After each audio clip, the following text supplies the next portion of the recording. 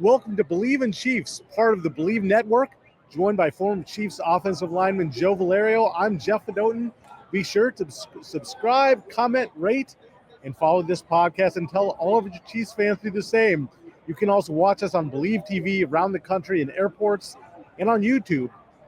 Well, it might sound a little noisy here. It might be a little difficult to hear me, but there's a reason. We are live here from Radio Row in the New Orleans Convention Center for Super Bowl 59. Joe, I'm so excited for Sunday for Super Bowl 59. What are your opening thoughts here?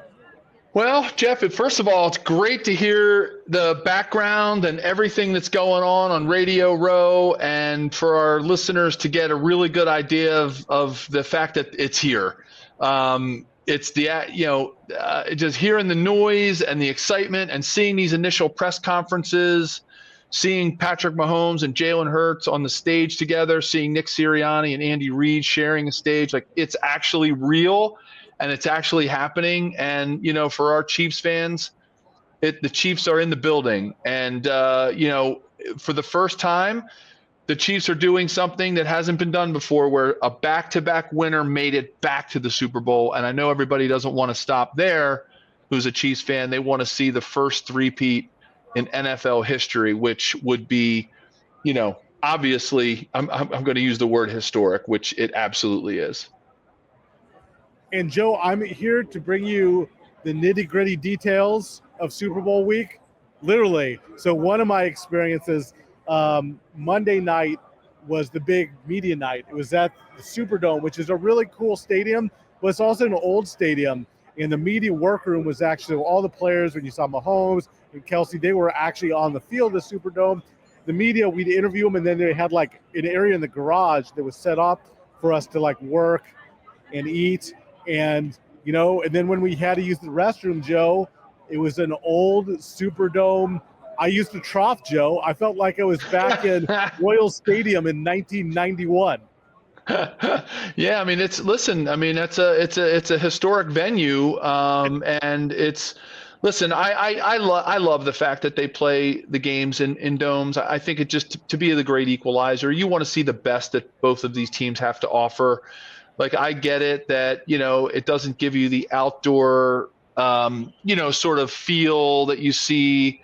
But it is a great equalizer. So I'm glad they're playing this game, on a field like that, where they don't have to worry about the grass, right? They have there was that night, when the last time the Chiefs and Eagles played, was the turf ready for them? Like, let's just play it on a level playing field, pun intended, and just, let the game be what we focus on, and not, everybody was slipping in the grass, who's wearing the right cleats. And, I'm kind of glad, as old as the Superdome might be, the field's going to be in great shape because it's turf.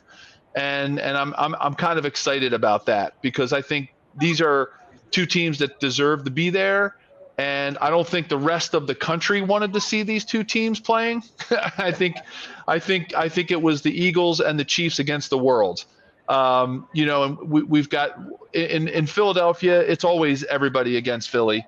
That's just the mentality of the Philadelphia sports fan and the Philadelphia athlete. But I think the Chiefs are starting to play that role, where their success is starting to create, villainous attitudes towards them. And I think it's, I think people may have been hungry for a Buffalo, Detroit Lions Super Bowl, and they're getting, the two best teams, I think, that deserve to be there. So they've got to give them a great show just to prove that, that they're the two teams that do deserve to be there. Great points there, Joe. And just piggybacking on your point about playing in the dome. So no excuses this year from the Eagles. If they don't get a sack, they can't blame it on the turf. And we're going to have obviously much, much more on this matchup. But first, the biggest betting weekend of the year is finally here, which means more updated odds and props for Super Sunday. BetOnline is the world's most trusted betting platform and your number one source for online betting. We have hundreds of prop bets, MVP odds, and exclusive in-game live betting. BetOnline is your ultimate game day companion. Whether you're a seasoned fan or first-time bettor, Bet Online offers you everything and more to enhance your game day experience. Visit the website today and make sure the game day action counts a little bit more. Bet Online, the game starts here. Joe, Bet Online actually has the line. Most places I've seen is 1.5 that the points the Chiefs are favored by. Bet Online has it down by 1. But Joe, I'll give a little bit of Super Bowl perspective how things are going. I'm curious. You've been in Philly. Give listeners the perspective for Phillies fans for this Joe Valerio Bowl 2. Joe Valerio Bowl 2.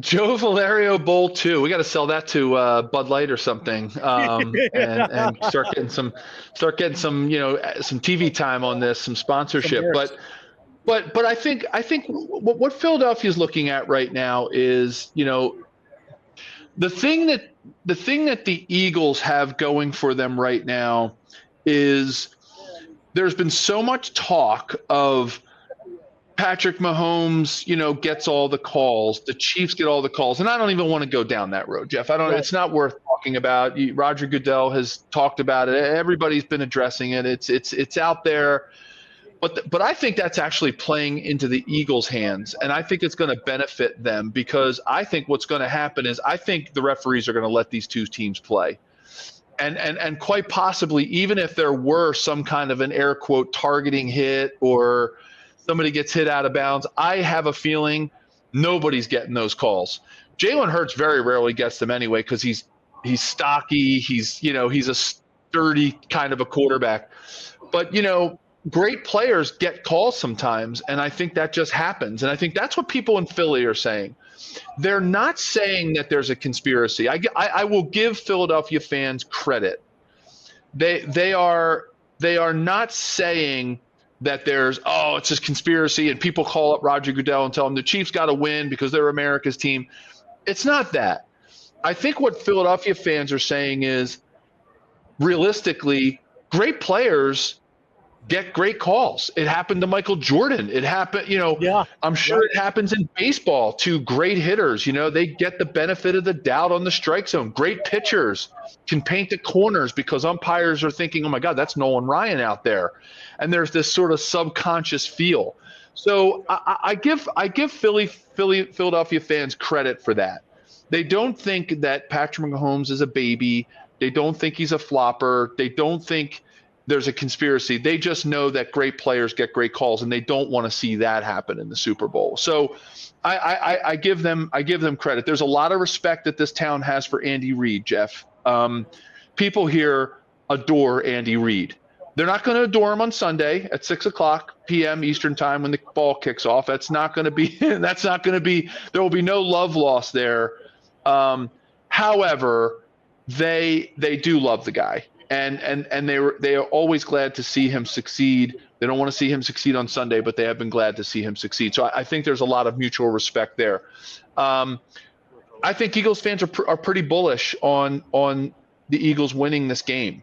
I think people in Philadelphia feel like objectively, of course there's going to be some homerism, but I think objectively the Eagles fans believe that the Eagles have a better roster up and down the roster.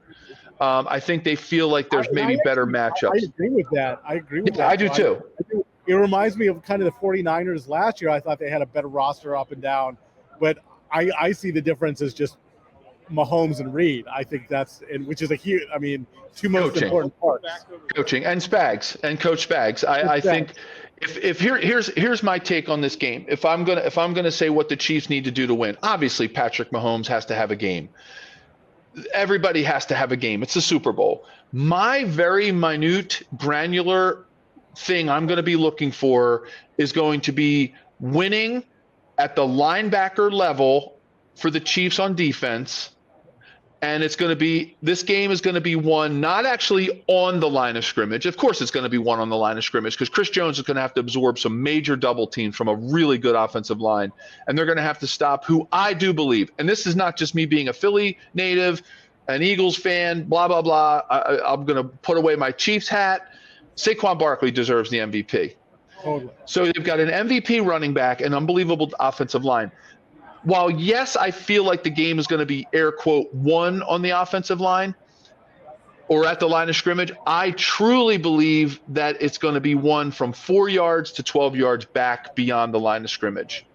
So the linebacking core, Nick Bolton, Drew Tranquil, Leo Chenal, that group is going to have to scrape over the top of double teams, beat the aggressive Eagles offensive line to the point of attack, and keep Saquon Barkley from making chunk plays. If they can do that and beat him up, right? Because we know he's not Josh Jacobs. He's not Derrick Henry. He's a relatively, crafty back. He's not somebody who's going to take a lot of punishment. And if they can stop him and then they have to rotate, Kenneth Gainwell in and do a little bit more by committee, that's where the Eagles are going to actually start to fall down, because then Spags is going to be able to throw the kitchen sink at Jalen Hurts. And we know, I love Jalen Hurts. I think everybody loves Jalen Hurts. He's a good guy. He's a good leader. Even if you're playing the Eagles, you still have to respect him as a quarterback. But he can be rattled. They can rattle him, and Spags can rattle him. And he just, because he doesn't have that sort of. Now, granted, he had the game of his life against the Chiefs in the first Super Bowl they played, so he can expose this team. But I think Spags is going to have a different game plan for him, Jeff. And so anyway, that was a really long answer to a short question. But I think the game is going to be won from 3 to 4 yards behind the line of scrimmage to around 10 to 12 yards, and what the Chiefs linebacking core can do in that area. Of course, Chris Jones is going to have a game, and he's going to have to absorb some blocks, and he's going to have to pressure Jalen Hurts in the passing game from the middle. But that's where I think this game is going to be won, and because that's what the Chiefs have been doing. They've been winning games with defense, and it's their defense that's going to have to win this one. As much as I love the Chiefs offense, and I think it's powerful and can be explosive, and it's tricky, I do think that it's not the same Chiefs offense that, could put up 40 points 3-4 years ago. That was a great answer, Joe. And I want to talk about Underdog Fantasy. It offers a unique approach to fantasy sports with its simple pick-em style format. You can select players you believe will outperform the expectations without the complexities of traditional DFS.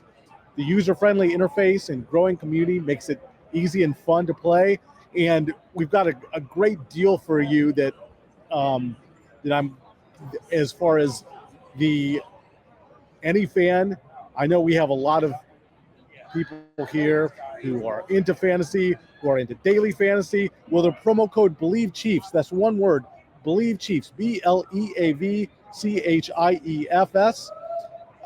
Use that promo code and you can get a free pick and up to $1,000 in bonus cash.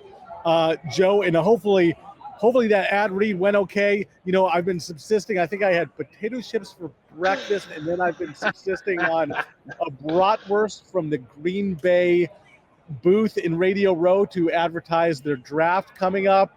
And I think there was some fried catfish from the New Orleans booth and a big pretzel they had for the. So, I've gotten my carbs, I've gotten my calories, maybe not in the right elements. Joe, you mentioned the linebackers, great key to the game.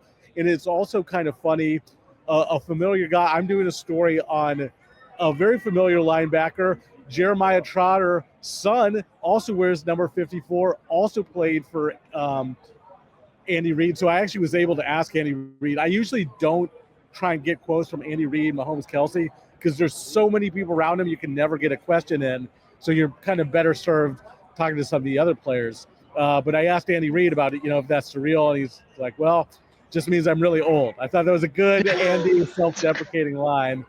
Of course it is. The other nugget I have, Joe, is I had not interviewed Xavier Worthy before. So I wanted to do a story on him. I was looking forward to that. And I had this idea, he has the combine record, that 4.21 40 speed. So I thought there was going to be some nugget. I'm like, yeah, when did you first know you were the fastest guy around? I was expecting this great childhood nugget, this game of tag. He's like, I was always the fastest. Like, there's no, which I probably should have occurred to me. But for hard-hitting news like that, definitely I'll have that Forbes.com story. It's on Wednesday. That's awesome, Jeff. I know what you were probably expecting. You're probably expecting to say, well, one day I was out in the backyard and lightning struck while I was playing football out in the backyard with somebody, and I got struck by lightning. And next thing you know, I was running a 4.2140.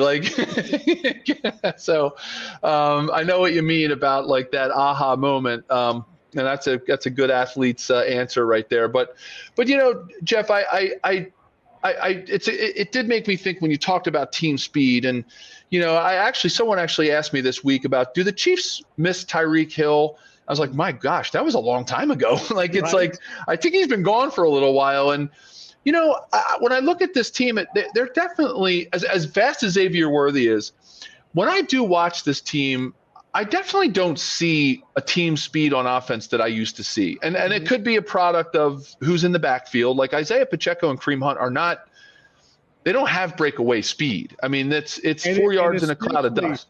That's always true. And especially this year, Pacheco hasn't quite been Pacheco since he came back. I think you're right. He's not like a Saquon Barkley burst guy, but he's been a tick slower, I think, since that injury that he had in week 2.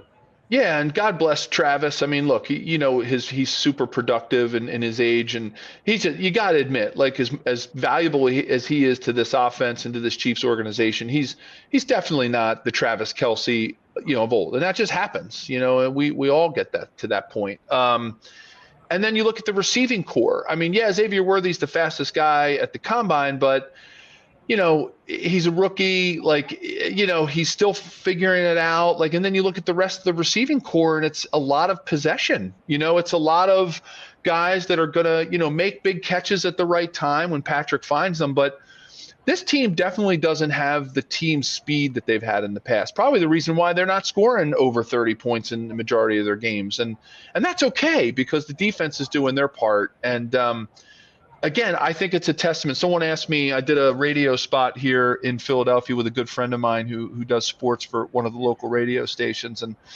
he said, what is it about this team? You follow them, Joe, you have the Believe in Chiefs podcast. You follow the team along all year. I said, I think the biggest thing I can say about this team is, and I've said it before, there is no coach and no coaching staff. And I'll even throw in Brett Veach as far as as the general manager goes. There's no organization that matches the playbook to the player and matches the player to the playbook than the Chiefs, bar none. They do an incredible job of not trying to fit square pegs in the round holes and saying, we run the West Coast offense. We're a smash mouth football team, so it's my way or the highway. If you can't be a part of it, get out. It's never that, Jeff. It's a feedback-driven, player input team where everybody's voice is heard and everything molds together. And that all starts at the top, right? And with having a safety net to fail and to try new plays and to do wacky huddles and come up with goofy formations. And to me, I think that's been the secret sauce to this team. And I think it mirrors a little bit what Bill Belichick did with the Dynasty Patriots, right? He was able to match a pretty underperforming roster to a bunch of Super Bowls. Of course he had Tom Brady, but who remembers off the top of their head Patriot running backs? Who remembers off the top of their head, other than maybe Vrabel because he's gone on to coach, like Gronk? Yeah, okay. Aaron Hernandez, yeah, because of his sort of off the field stuff. You don't remember a lot of Patriots. 100%. A great analogy. A lot of people are asking the Chiefs players about similarities to the Patriots. I talked to Joe Tooney about that. If Joe Tooney wins this game, as I expect he will, it's going to be his 5th Super Bowl ring, which is just insane. And Joe, we'll give our predictions here in a second, but first a quick break. Joe, I'm going to go. You said your matchup to watch. So we'll go into our prediction segment. Joe, I'm going, and I, like you said, I think the Eagles have a more complete roster. It's just, I can't bet against Mahomes and Reed. I'd just be surprised if they don't. They've proven time and again in the playoffs and really any other time that it's really there was a crucial game that they'll get it done. So I'm going Chiefs 25-22, or excuse me, 24-22. That's an odd score, Joe. 22 points. How do you come up with that? But I think one of my keys, I think special teams could be a key. Jake Elliott has struggled a little bit. He's missed some extra points. He's missed some field goals. So I think that could be a factor, and maybe that's why we get that weird point total. Joe, what's your score prediction? Yeah, I think this game is going to it's going to be a dogfight. I have a feeling this game is going to look a lot like some of these really, really solid playoff games that we've seen, from the divisional round up through the AFC and NFC championship. I think we're going to see some really, really, really tough battles along the line of scrimmage. I think you're going to see some quarterbacks who are going to want to outperform each other. As much as we know how humble both of them are, I think there's some pride there that both of them have, that they want to show up and they want to carry this team on their backs. Both of them are extreme team players, but come on, it's the marquee position. I think the Eagles have a slight edge, like you said, in talent and roster.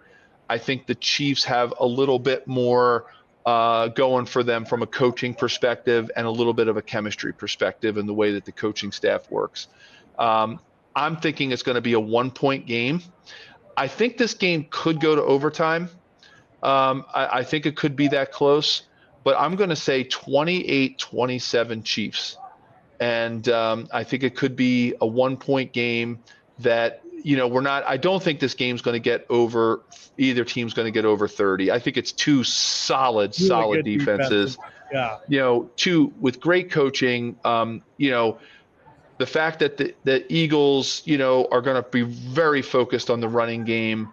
And I think that the Chiefs are going to do their thing that they've done all year, and that's look at this as the offense can win the game, but the defense is going to win the championship, and that's what's going to come through for the Chiefs. I think we're all going to look back on this game and say the MVP of the game could actually be Coach Steve Spagnuolo. Like I really do think that he is the key point to this game, and for the Chiefs fans to experience a win, it's going to squarely rest on his shoulders if he can put a game plan together to stop Saquon Barkley, and if he can do that, then stop Jalen Hurts. And they've got some receivers, Jeff. I mean, I know they're not deep, and I know Dallas Goedert, is not Travis Kelce, but he's pretty darn good. And they've got a tight end that can do it. They've got A.J. Brown, Devonta Smith, and that is a dynamic offensive foursome right there. When you throw, or five if you really think about it, if you throw Dallas Goedert in the mix, that's a lot to stop. And then they're behind one of the best offensive lines in football. And if they're all healthy and they use this 2 weeks wisely, it's going to be a battle. And if any Chiefs fan out there thinks that the Chiefs are going to, mow this team down, you could be the most diehard Chiefs fan. I'm sorry. It's going to be a game. It's going to be I think a Super Bowl to remember.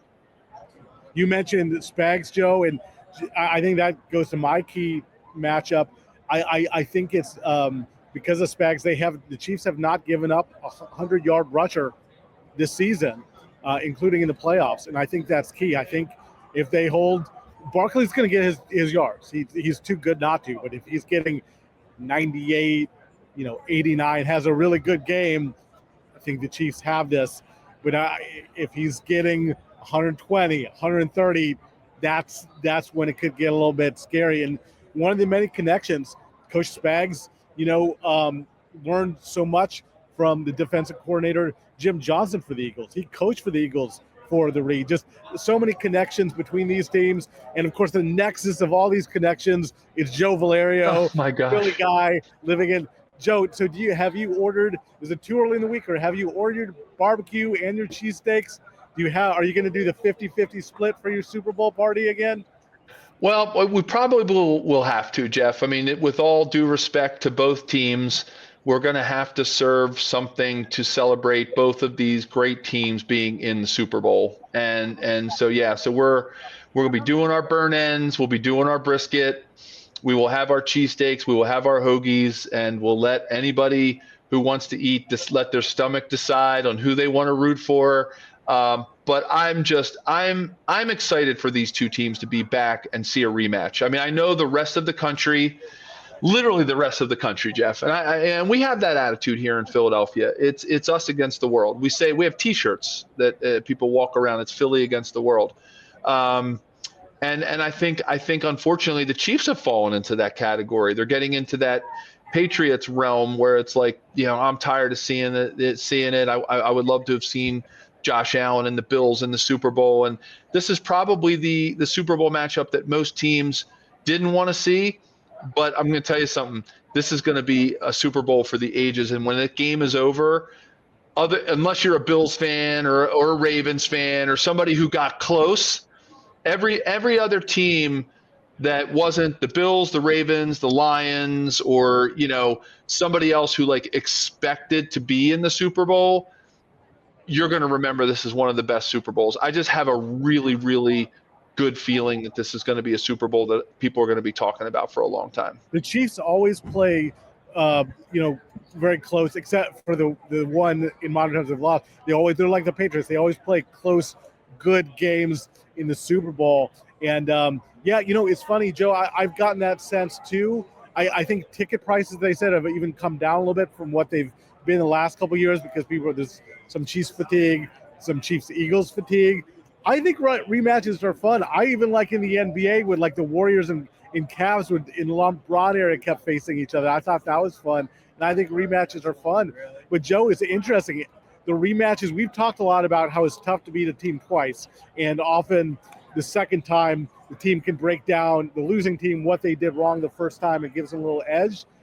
But for whatever reason, for Super Bowls, Joe, it's been the opposite. That when you have the same coach and the team's meeting again, we certainly know the Chiefs beat the Shanahan 49ers twice. The Bills under Marv Levy lost to the Jimmy Johnson Cowboys twice. That's always been the case. When you have the same coach, the rematch goes to the victor. Steelers Cowboys, Chuck Noll and Tom Landry is another example. Joe, I think we're going to get history repeating itself, and I think the Chiefs make history getting the first three-peat in the Super Bowl era. Well, it's definitely, look, it's something they've worked really hard for. The Chiefs organization has worked really hard to be here, and I give Brett Veach and Andy Reid and the Hunt family and everybody who's been involved in building this organization a lot of credit. Just the fact that they're there, which is record breaking. But the fact that they have continued to evolve, dealt with injuries, right? I mean, a pretty makeshift offensive line. I look, and I know Juwan Taylor was a big signing, but let's admit it, he hasn't been probably what they thought he was going to be. They have a left tackle battle. It doesn't work out. They try to sign somebody. He gets hurt. And next thing you know, your best lineman, right, from a technique perspective and a perennial All-Pro is now playing left tackle. Left tackle. Not moving over to the other guard. He's playing left tackle. And, I think that the thing that the Chiefs have going for them is while Jalen Carter is an absolute beast, and the fact that the Eagles have an incredible middle of the line, Jordan Davis and Jalen Carter, I mean, come on, that is a lot of dude, man, in the middle of the line of scrimmage. A lot of Georgia dude, too. What's at least should be giving, Eagles or Chiefs fans some celebration going into the game is they don't, off the edge, it's not their greatest strength. With Brandon Graham, on injured reserve, they don't have a Derek Thomas. They don't have a Bosa. They don't have, a JJ Watt coming off the edge that would have been like, wow. Like, I think Joe Thuney is in for a good, he's going to have a really good game. My fear is that they try to put Jalen Carter over Mike Caliendo for the entire game. And the Chiefs are going to have to really counter that. because while Mike Caliendo's done a great job filling in, he's not Joe Thuney. And that could be the weak point on the Chiefs offense, could be what happens at the left guard spot if they can get Jalen Carter, if they can get that defensive line where Jalen Carter's exposing that, because I feel comfortable with Creed and Trey, kind of handling the right side. But with Creed and Mike Caliendo trying to stop a Jalen Carter, or even or even any blitz coming up the middle with Jordan Davis kind of absorbing that space, that's probably the weakest spot on this entire Chiefs team, at least in my opinion right now. The great analysis there, Joe. I'll end with this. One of the cool parts of this week is you get to talk to everybody. All coaches, all players are available. So guys you don't normally get to talk to during the year, or guys that aren't available that often. And one of the guys I talked to, Mark Donovan, the Chiefs president, his kids, or one of his kids, went to Pembroke Hill. That's where I went. So a little connection there. And the Forbes angle, there's a lot of he's in charge of the business, and I do a lot. So I was talking to him, and he kind of at the end of the conversation, he's like, "Yeah, of course, the three-peat. It's going to come down to us and the Eagles." Like he was with the Eagles before, just like Andy Reid, just like so much of this organization, just like where Philadelphia, where you're from, Joe. Well, you should have said hi to Mark Donovan. He played quarterback at Brown. He graduated before I did at Penn, so we had that Ivy League connection. So you guys were actually your teams intersected. It was like the same. Like, I know you obviously didn't play against him because he was offense, but like you faced his Brown team. We faced his Brown team. I was a freshman, and back then we still played freshman ball. So in 1987, when I came to Penn, he was the captain of the 1987 Brown team and the quarterback. And I was a freshman playing freshman ball. So we were not allowed to play varsity back then in the Ivy League. So our teams intersected. I was, we were played against each other, but I wasn't technically on the team because we weren't allowed to really participate in varsity sports. But so we did get a chance to catch up on that when I was at Alumni Weekend, because Nick Lowry had a chance to bring that up and say, "Hey, Mark," he said, "3 Ivy League guys here, and so we got to yuck it up a little bit about that." But he's been a great front office guy for this organization, and it's just great that all those connections are there, Jeff. It's going to be a great game. I think our listeners are in for a doozy, and I can't wait to talk about this next week when all is said and done. Totally, yeah. I'll have to. You mentioned Nick Lowry. No, last year we saw him running around Radio Row and snagged him for a few minutes. Don't see him this year, but I will. I'll send your regards to Mark Donovan later this week. That's a cool connection. Please do. Will do. If you enjoyed the show presented by BetOnline, please subscribe. We're available on your favorite directories: iTunes, Spotify, Google Play, Luminary, and TuneIn. Thanks for listening, and we'll be back next week.